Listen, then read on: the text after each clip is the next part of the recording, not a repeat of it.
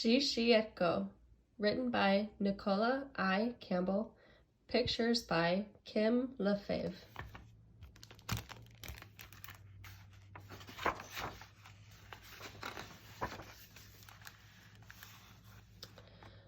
This story is about a little native girl named Shi-shi-etko, which means she loves to play in the water.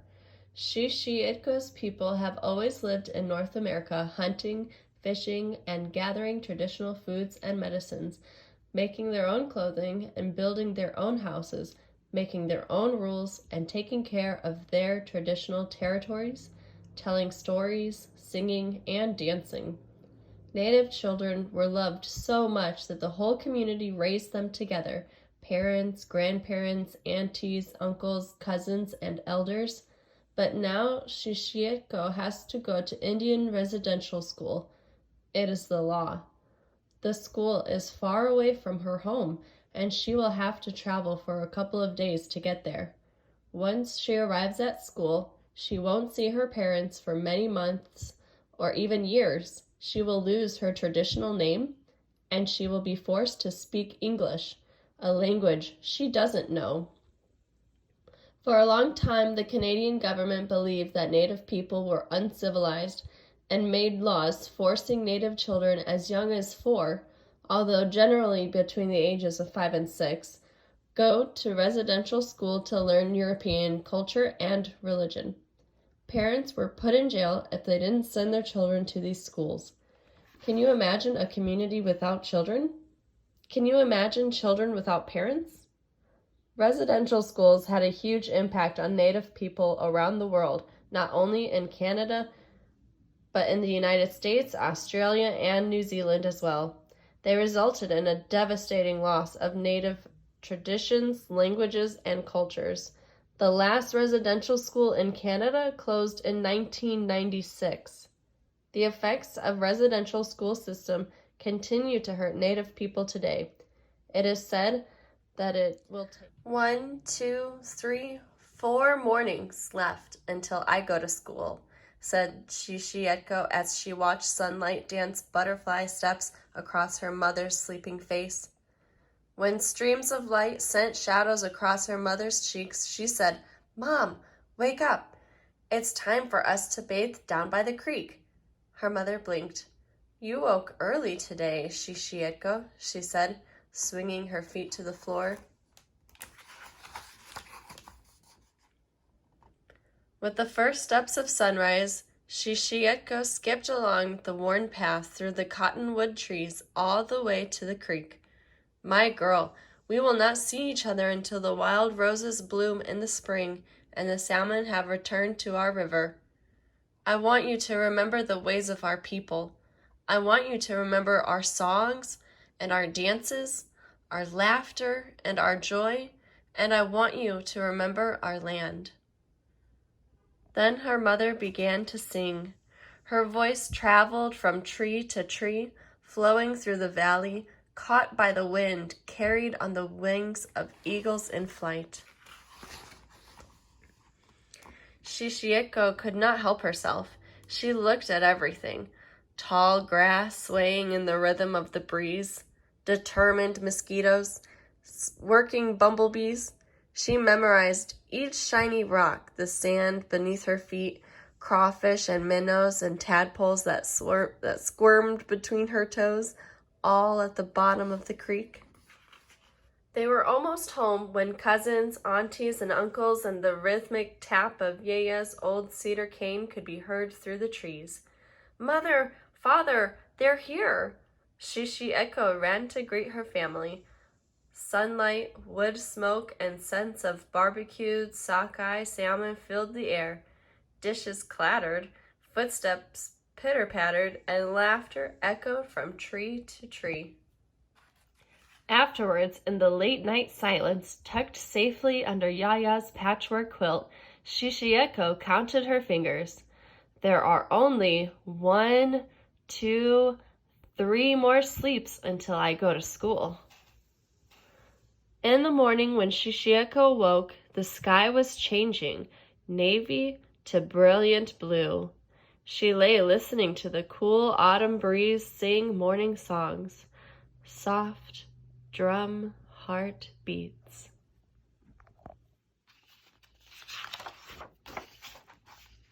"Let's take the canoe out on the lake," said her father. Hand in hand, they walked along the creek all the way to the lake. "My girl, these are the things you must always remember," he said, gesturing to the trees, mountains, and water around them. Together they picked up the canoe and carried it to the water's edge.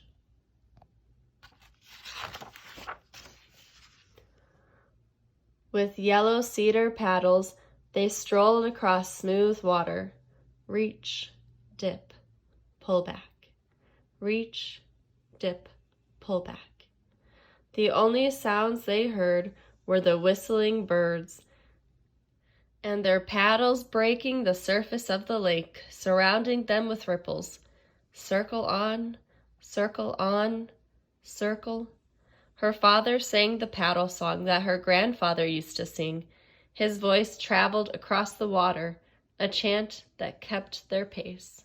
Shi-shi-etko could not help herself. She looked at everything. She tasted the rain that fell on her face.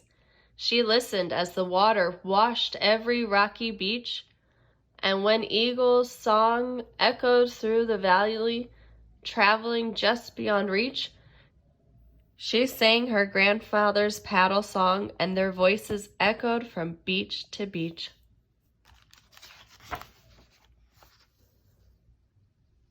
In a day full of sunlight, Shi-shi-etko and her father returned to pack her things. Finally, in the silence of night, belly full, huddled safely under Yaya's patchwork quilt, Shi-shi-etko counted her fingers. 1, 2, only 2 more sleeps, then fell into a water-exhausted sleep.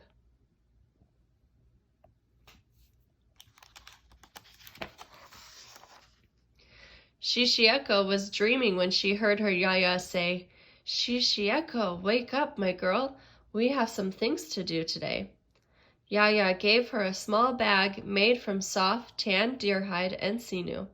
"This, my girl, is a bag for you to keep all your memories. No matter where you go, no matter what you do, remember to keep them safe."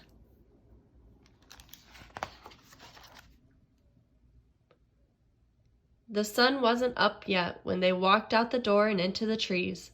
The path was dark and smelled alive, with rain, wet soil, and leaves.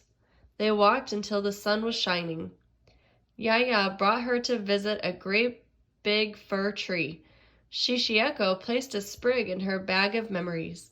They visited a hemlock, a cedar, even a pine, and each time she placed a sprig into her bag of memories.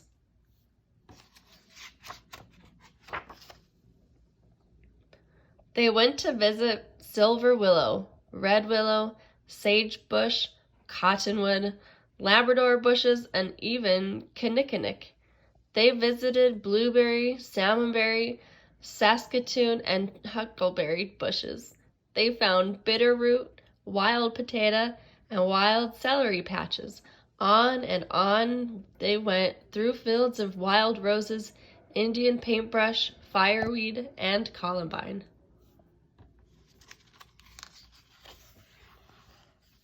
Shi-shi-etko promised herself, "I will remember everything." Each plant they came to, she listened carefully to its name, then asked once, twice, even 3 times, "Is it food or medicine, Yaya? Is it always safe?" Then, whispering its name, she placed dried berry fruit, flower, and fragrant leaf into her bag of memories. That night, when Shi-shi-etko crawled into her patchwork quilt, she counted on her fingers and said, 1, only 1 more sleep. At home, the cattle truck that gathered children waited. Shi-shi-etko picked up her bag of memories, a pinch of tobacco for offering, then went out the back door to her favorite place beneath a great big fir tree. She placed the tobacco at its base, then tucked her bag inside its roots. "Dear grandfather tree, please keep my memories and my family safe. I will be home in the spring. Shi-shi-etko, come inside now. It's time for you to go. When they rattled down the dirt road and into the trees, Shi-shi-etko held a sprig of fir close to her heart.